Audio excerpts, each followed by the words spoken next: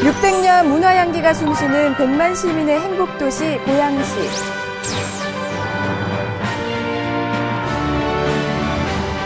고양시에 걸맞은 철학과 비전으로 고양 시민의 지지를 얻어 재선에 성공한 최성 당선인. 지난 4년간 수많은 도전과 노력 끝에 가장 살고 싶은 도시 1위라는 태고와 함께 고양시는 대내외적으로 그 성과를 인정받았는데요.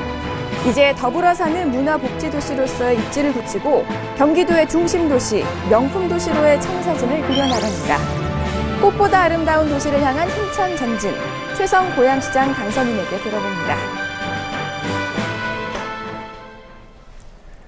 네, 경기도의 지역 일꾼들 만나보는 시간입니다. 경기도의 기초단체장 당선인들 만나보는 시간인데요. 네. 오늘이 5번째 시간입니다. 네, 오늘은 최성 고양시장 당선인과 이야기 나눠보겠습니다. 어서 오십시오. 어서 오십시오. 감사합니다.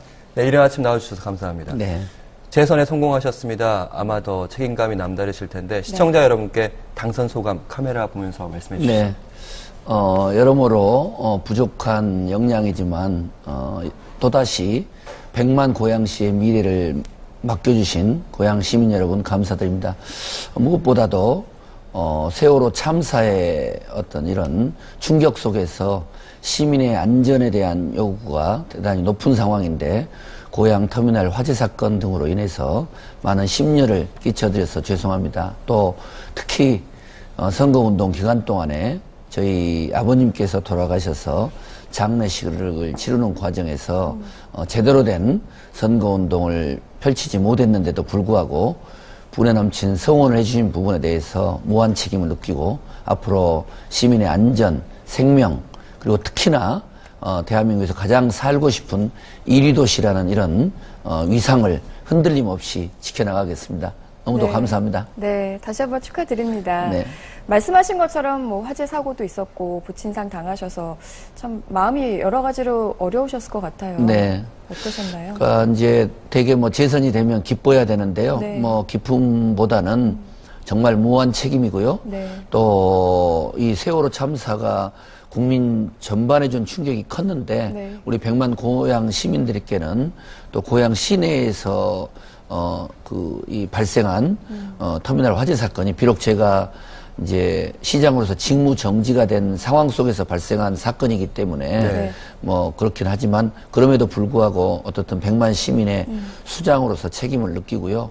어떻든 이 안전 문제에 대한 네. 중요성은 아무리 강조해도 지나치지 않고 또 앞서도 말씀드렸던 것처럼 제가 준비했던 100만 도시에 대한 정책적인 비전이라든가 또 약 250페이지 분량의 매니페스토 공약 이런 집도 발간했는데 네. 이런 걸 거의 이제 세월호 분향소 또 특히나 화재 대책 마련에 절대적인 시간을 투여하다 보니까 네.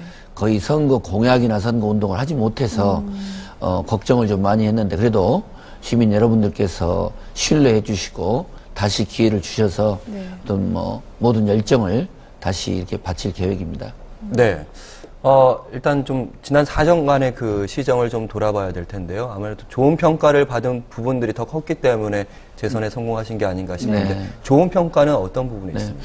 우선은 이제 모든 지자체장들이 이제 이렇게 받고 싶은 상이랄까 네. 평가가 있을 거라고 봅니다. 그것은 일자리 창출, 또 그 도시가 얼마만큼 살기 좋은 도시인가, 또 교육적으로 얼마나 최고의 도시인가 이런 부분에 있어서는 모든 지자체장이 시정을 펼치는 과정에서 아주 가장 염두에 두는 건데 저희 이제 민선 5기 지난 임기 때요? 네, 이제 고양시는 가장 살기 좋은 1위 도시로 저희들이 선정이 됐고 네. 그 내용을 보더라도 쾌적한 주거 환경, 교육 분야에서 전국의 1위였고요. 예. 또 다른 평가기관에서 지속 가능한 일자리 창출에 또 1위 도시고 뿐만 아니라 지방자치, 시민소통 이런 그러니까 그 도시의 주민들이 행복지수를 좌우하는 가장 중요한 일자리, 교육, 네. 지방자치,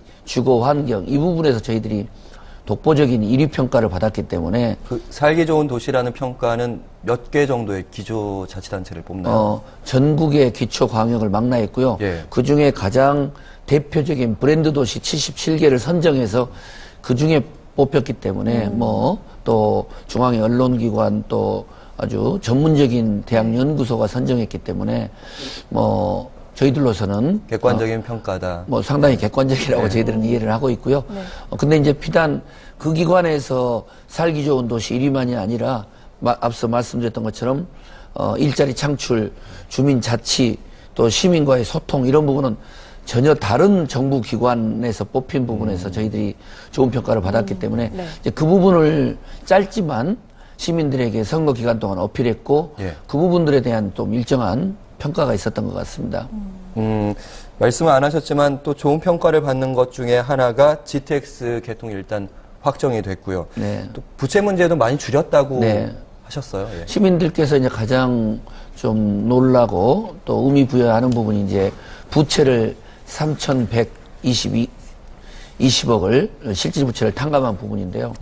이제 제가 시장이 됐을 때만 해도 잘 아시는 것처럼 성남이 모라토리움 선언을 하면서 지금도 서울, 인천, 경기의 이 광역 도시의 실질 부채가 심각하지 않습니까? 조 단위가 넘어서고 이런 부분이고. 인천 같은 경우는 좀 많이 그렇죠. 있죠.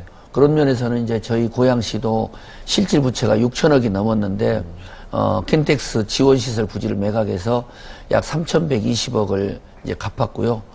그래서 앞으로 아무튼 부채 제로 도시 고양시를 만들고 그 절감한 예산으로 저희들이 복지 예산의 40%, 교육 예산의 5%를 이제 실현함으로써 시민들의 가장 이제 관심이 높은 부분이 복지와 교육 분야인데 그 부분에 저희들이 이제 정책적인 우선을 뒀던 부분도 이렇게 시민들이 좋은 평가를 했던 것 같습니다. 정말 살기 좋은 도시 만들기 위해서 많은 노력을 해오셨고 또 성과도 있었는데 반면에 좀 아쉽다는 부분도 많이 있을 것 같아요. 많죠. 아쉬운 부분. 이제 무엇보다 제일 아쉬운 부분은 저희들이 안전 문제를 대단히 강조해 왔고 또 안전 문제를 포괄적인 안전의 틀로 해서 성폭력, 학교폭력, 먹거리 안전 그리고 또 고양시를 강타했던 구제역 또 제설, 재난대책을 나름대로 잘 마무리해서 안전도시로도 선정되고 여러 가지 분야에 좋은 평가를 했는데 어떻든 선거 막판에 고양 터미널에서 화재 사건이 발생을 하고 또 이 과정에서 많은 시민들에게 불안감을 드린 점에 대해서는 개인적으로 너무도 아프게 생각을 하고요. 어떻든 세월호 참사가 준 교훈, 고양 터미널 사건이 준 교훈은 대통령에서부터 국회의원 또 모든 시장에게 준엄한 경고를 했다고 봅니다. 안전에 관한 한 시민의 생명에 관한 한은 자만해서 안 되고 정말로 머리끝부터 발끝까지 철저히 그 부분들을 예비하지 않으면 안 된다. 위기관리 매뉴얼에서부터 또 안전교육 또 예산의 편성 또 실제 어떤 사건이 발생했을 때 어떤 종합적인 대책 시스템 초기 대책부터 시작해서 그런 부분에 있어서 많은 반성을 하게 되고요. 저도 이제 새로 시장직을 수행하지만 직무 정지 기간 동안에도 화재 사건 대책에 올인해 왔지만 직무에 복귀한 이후에도 구산동에서의 비닐하우스 또 여러 가지 돌풍 사건이라든가 이런 부분들에서 아무튼 안전 문제에 최우선을 두고자 하는 그런 경각심을 갖고 있습니다. 네. 방금 안전 문제 얘기하시면서 이제 화재에 대해서도 많이 반성한다 하셨는데 그래서 그런지 이제 직무 복귀 후에 가장 먼저 재난종합상황실 찾으셨다고 하더라고요. 앞으로 이제 어떻게 수습을 하실 거고 또 안전에 대해서 어떤 구체적인 계획이 있으신지. 이번에 이 세월호 참사는 대한민국의 국정운영 방식과 또 자치단체 시정운영 방식을 뿌리채 바뀌게 하는 일대 사건이라고 생각을 합니다. 그것은 곧 대한민국 코가 과연 이 세월호로부터 자유로울 수 있는가? 지방자치단체가 우리는 진도 앞바다가 아니고 우리는 고양터미널 화재 사건이 없었기 때문에 안전하다 이렇게 이야기할 수 없을 만큼 부실공화국이고 사고공화국이라는 부분들을 인정해야 된다고 봅니다. 그런 점에서 가장 제일 중요한 것은 이 위기관리 매뉴얼들 그것이 화재가 됐던 또 재난재해가 됐든 그 외에 교통사고가 됐든 또는 뭐 자살이 됐든 또는 성폭력, 학원폭력이 어느 것 하나 안전하지 못하다고 봅니다. 그 네. 불안감들이 지금 공포적인 상태고요. 그런 점에서는 안전 문제를 재난재해가 아니라 좀 더 폭넓은 종합적인 안전 이 관점으로 접근하고 예. 위기 시에 안전관리 매뉴얼에 대한 아주 실질적인 매뉴얼을 만들어야 되고 네. 아이들서부터 어르신에까지 체계적인 교육을 이제 수행을 해야 될 것 같고요. 네. 또 법이라든가 조례가 대단히 네. 미비합니다. 네. 또 사건이 발생했을 때 유관기관 간의 협력이 책임 떠넘기식으로 되는 이런 경우들이 세월호 경우도 있는 경우고 그래서 네. 그런 부분에 대해서 제가 말씀드렸던 머리끝부터 발끝까지 또 대통령서부터 시장 뭐 시의원에 이르기까지 네. 이 안전의 문제는 시민의 행복에 직결된다라는 측면에서 종합적인 노력과 대책이 마련이 되지 않으면 제2의 제3의 네. 세월호 사건들은 예비됐다고 해도 과언이 아닐 만큼 어떤 그 심각하게 받아들이고 있습니다. 그 안전 문제에 대해서 계속 최우선 과제다. 네. 안전에 대해서 계속 언급하고 계시는데 아까 잠깐 말씀하셨습니다. 대책도 중요하고 뭐 위기관리 매뉴얼도 중요한데 구체적으로 실천이 중요한 거고 시민들과 아이들에게 교육이 중요한 거다. 네. 조례도 만들겠다 이런 네. 말씀하셨는데 거기에 대한 내용도 좀 얘기해 네, 주시죠. 우선은 저희들은 이번에 이제 고양터미널 사건이 가져다 준 충격은 이미 일반적으로 하는 을지훈련 시기에 네. 저희 고양시에서 전국 최초로 다양한 이 어떤 재난재해에 대해서 실제 저희들이 실전훈련을 했었다는 것이죠. 그럼에도 불구하고 막상 화재 사건이 나타났을 때의 어떤 이런 그 대응들을 보면 많이 부족했다고 보고요. 그래서 아이들에게는 뭐 44시간의 어떤 이 안전교육 이 법령이 있기 때문에 예. 그 부분을 철저히 준수시키고 지금도 안전교육을 44시간 의무적으로 하도록 해야 됩니까? 돼 있죠. 네. 그런데 그런 부분들이 이제 일선 학교에서 예. 좀 이렇게 형식적으로 진행되거나 이런 경우도 있기 때문에 네. 교육청하고 협의해서 그런 부분에 대한 안전교육 지도를 어린이집에서부터 뭐 유치원, 초중고 또 민방위 훈련 시에 예. 이번에도 이제 제가 지시를 내렸습니다만은 을지훈련 민방위 훈련 시에도 실질적으로 실전을 방불케 하는 훈련을 하고자 하고요. 근데 만약에 그 교육기관이나 아무래도 학업에 열중하다 보면 넘어갈 수도 있고, 네. 뭐 시장의 의지는 그럴지라도 학업이 더 중요하다고 생각하면 잠깐 형식적으로 그칠 네. 수 있는데 그럴 때는 어떻게 해야 돼요? 근데 이제 지금까지는 그래왔지만 네. 이 사건 자체가 준 충격이 크기 때문에 만약에 그랬을 경우는 저희들이 뭐 고발 조치를 한다든가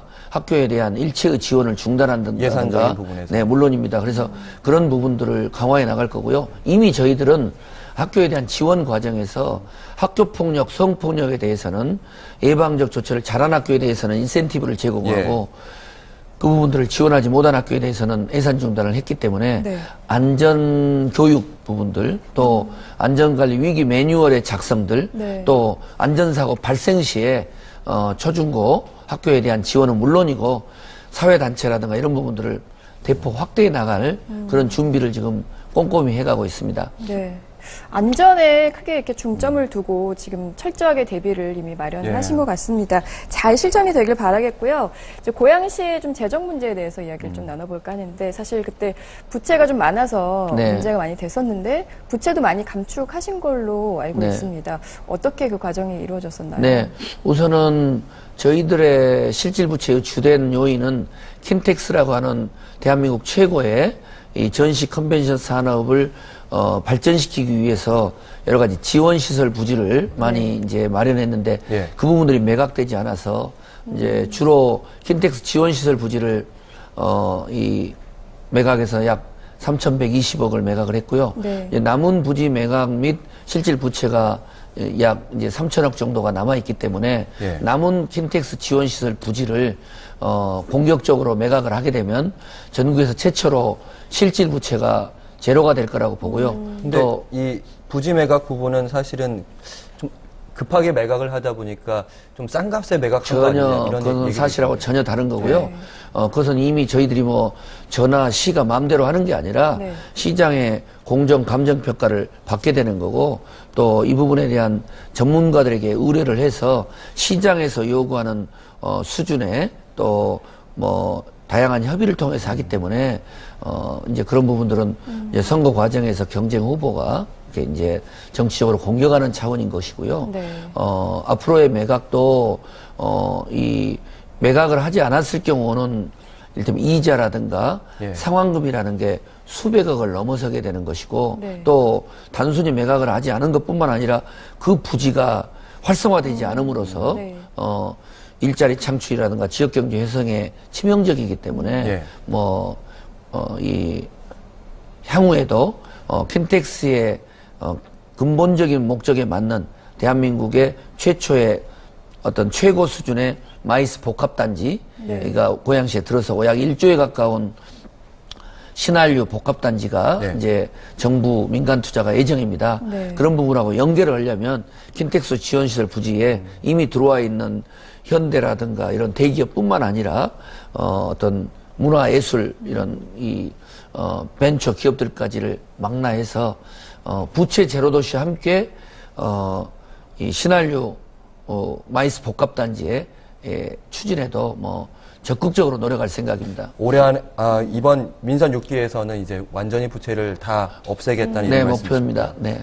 그다음에 업무 추진비를 좀 깎겠다. 네. 이런 말. 네. 총액이 얼마 정도 됩니까? 한 시장 업무 추진비는 한 1억 정도 되고요. 예. 또 각 부서에 있는 부분들이 한 이제 3억 정도 되는데 네. 일단 이제 시장부터 허리띠를 졸라매는 것이 네. 의미가 솔선수범으로. 있다고 예. 보고요.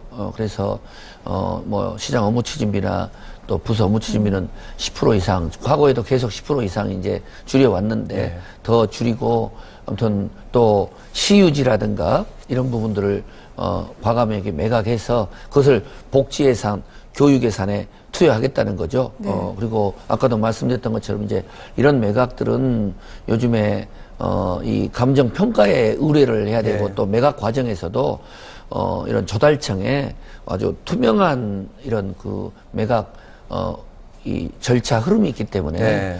조금도 투명하지 않고서는 그 절차를 이행할 수 없는 그런 시스템들이 마련이 돼 있죠. 매각 방식 자체가 투명하고 공정하다는 네, 말씀까지 들었습니다. 당선인께서 이미 허리띠를 솔선수범해서 졸라매셨기 때문에 민선 6기에는 정말 부채 제로 도시를 기대해 보도록 하겠습니다. 교통 문제를 좀 얘기해 보고 싶은데 GTX 교통 문제 여러 가지 계획 중인 게 있으시죠? 네. 우선 이제 GTX는 사실은 백지화 위기에 놓였었습니다. 타당성 조사가 나오지 않아서. 그래서 박근혜 정부가 들어섰을 때 타당성 재조사를 해 주셔야 된다.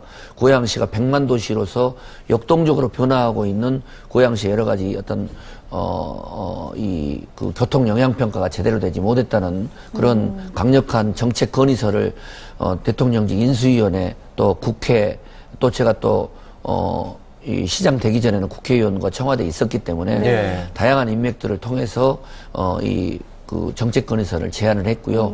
이제 그런 노력들에 다른 분도 노력을 하셨지만 GTX가 이제 네. 조기 착공을 하기로 이 확정이 된 만큼 네. GTX를 조기에 착공하고 또 신분당선이 이제 은평까지만 오는 부분들을 이제 용산까지 오는 부분들을 삼성까지 이제 연장하자는 박원순 시장의 제안이 있었던 것을 예. 저희들은 이제 동국대까지 관철하는 순환선으로 연결을 해서 신분당선의 고양 연장에 대한 이제 영역을 1차적으로 좀 마쳤고요. 또 하나는 이제 출퇴근 버스 네. 관련해서 또 대중교통의 사각지대가 있기 때문에 버스 준공영제를 좀 실시해서 우리 박원순 서울시장 또 네. 남경필 이 경기도지사 당선자는 또 17대 국회에 같이 활동을 했던 예. 잘 아는 사이기 때문에 네. 그분들하고 담판을 지어서라도 GTX의 조기 개통 네. 또 신분당선의 고양 연장 그리고 이 마을버스 준공영제 또 서울로의 직행 M버스 이런 문제를 좀 포괄적으로 일괄 타결해서 고양시의 교통 문제 해결에 네. 좀 최우선의 역점을 두고자 합니다. 사실 네. 교통이라는 게 시민들의 발이기 때문에 네. 가장 중요한 면이 아닐까 싶습니다. 또 하나 중요한 게 예. 일자리 아니겠습니까? 네. 일자리 창출하기 위해서 지자체마다 다 계획들이 많은데 고양시에서는 어떤 계획을 갖고 계신가요? 우선 이제 제가 지난 민선 5기 때 시장직을 하면서 가졌던 가장 보람된 성과 중에 하나는 전국의 161개 시군구 중에서 지속 가능한 일자리 창출 1위 도시를 저희 이제 고양시가 선정됐습니다. 예. 그리고 고용노동부에서도 어떤 일자리 창출 우수도시. 이런 우수도시로 선정됐고 고양시가 아시다시피 뭐 서울의 배드타운이라는 성격도 있고 네. 대기업을 유치할 수 없는 또 수도권 규제에 묶여 있기 때문에 의미가 큰데 그때부터 이제 올인을 했는데요. 네. 이제 저희들이 앞서 말씀드렸던 1조에 가까운 마이스 복합단지가 정부와 민간 투자가 유치되고 또 친환경 자동차 클러스터가 네. 덕양 지역에 유치가 되게 되면 좀 이렇게 대형 사업을 통한 일자리 창출, 민생경제 회생, 지역경제 회생이 이어질 것 같고요. 예. 무엇보다 제일 중요한 건 고양시는 볼거리, 먹거리, 즐길거리가 많은 신한류 문화예술의 도시로 이렇게 발전시키고자 합니다. 그래서 아무튼 일자리 창출 1위 도시라는 그 부분들을 단순히 대기업을 중심으로 하는 어떤 이 특권층을 위한 게 아니라 예. 서민과 장애인, 여성, 노인들을 위한 어떤 좋은 일자리 창출 네. 1위 도시의 위상을 이렇게 흔들림 없이 지켜나갈 계획이고 또 모든 구상들이 마련되어 있습니다. 네. 이제 마지막으로 앞으로 민선 6개의 시장으로서 계획과 각오가 남다르실 텐데요. 시청자 여러분께 마지막으로 한 말씀 부탁드립니다. 네. 무엇보다도 우리 꽃보다 아름다우신 100만 고양 시민 여러분 많이 부족한데도 또 선거 기간 동안에 거의 선거 운동을 하지 못했는데도 이렇게 전폭적인 신뢰 보여주신 부분에 대해서 무한 책임을 느낍니다. 지난 4년 하루 1시간도 허투루 쓰지 않고 우리 100만 고양 시민들을 위해서 모든 열정을 바쳤습니다. 정말 시민들과 함께 웃고 울 수 있는 울보시장 그리고 정말 저의 모든 열정을 100만 시민의 행복을 위해서 올인해서 대한민국에서 가장 살기 좋은 1위 도시 고양시의 위상을 흔들림 없이 지켜나가겠습니다. 감사합니다. 네. 자, 경황이 없는 가운데서도 이른 아침부터 나와주셔서 대단히 고맙습니다. 네, 초대해 주셔서 감사합니다. 고맙습니다. 방송 끝날 때 함께 해주시고요.